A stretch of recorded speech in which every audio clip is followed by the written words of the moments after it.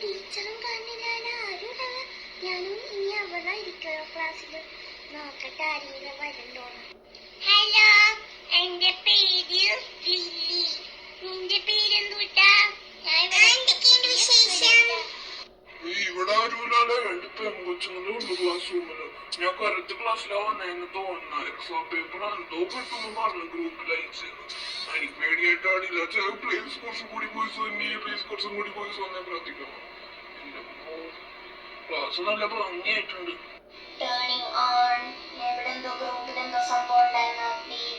എനിക്കെന്തോ മെസ്സേജ് വന്നിട്ടുണ്ട്, ഞാൻ നോക്കട്ടെ. വീണ്ടും തുടങ്ങട്ടെ, ക്ലാസ് റൂമിൽ പോട്ടെ ഫസ്റ്റ്. ആ ടീച്ചർ ഇപ്പോഴും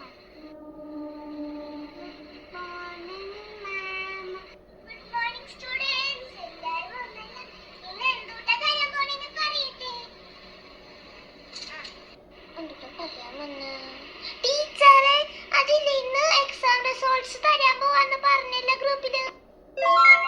കറക്റ്റ് ആൻസർ. എല്ലാവർക്കും ആൻസർ ഷീറ്റ്സ് തരാൻ പോവാണ്. ജയിച്ചോരും തോറ്റോരും ഉണ്ടാവും ഈ ക്ലാസ്സിൽ.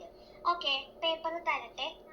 ഓക്കെ കുട്ടികളെ, ഞാൻ നിങ്ങൾക്ക് ആൻസർ ഷീറ്റ്സ് തരാൻ പോവാണേ. ജയിച്ചോരും ജയിക്കാത്തവരുടെ ആൻസർ ഷീറ്റ്സും എഴുതിയിട്ടുണ്ടാവും. നിങ്ങൾക്ക് അറിഞ്ഞോടെങ്കിൽ ടോട്ടൽ മാർക്ക് 10 ചിലര് കുറച്ച് മാർക്ക് കുറവുണ്ടായി, പക്ഷെ കുഴപ്പമില്ല, മാർക്ക് കൂടിയവരുടെയിലും ഉണ്ട്. പേപ്പർ എല്ലാവർക്കും ഇങ്ങനെ പാസ് ചെയ്ത് കൊടുക്കും.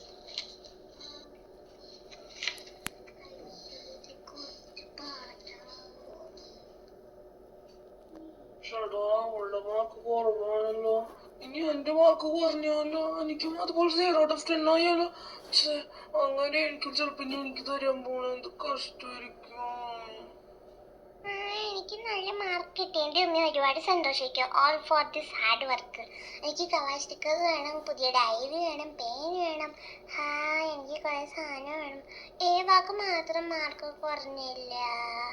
അയ്യടാ പാവം ഏവ.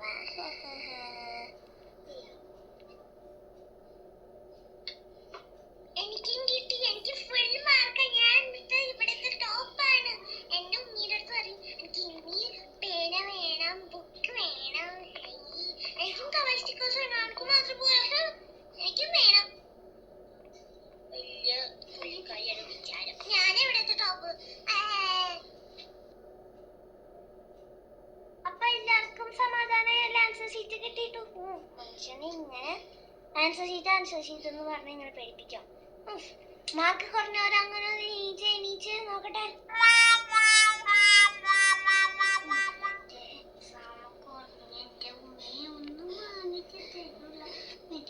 പിന്നെ ടാബും ടിവിയും ഫോണും സമ്മതിക്കില്ല.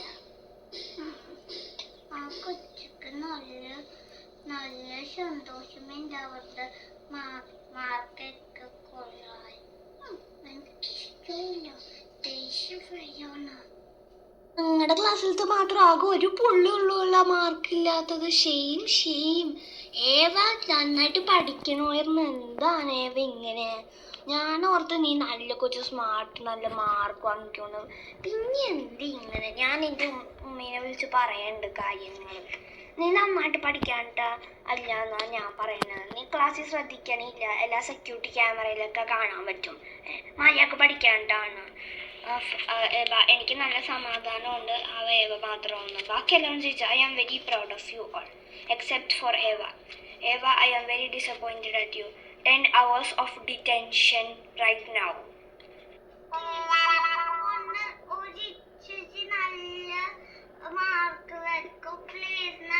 നടക്കണ കാര്യമല്ല, ശരിക്കും പഠിക്കണമായിരുന്നു.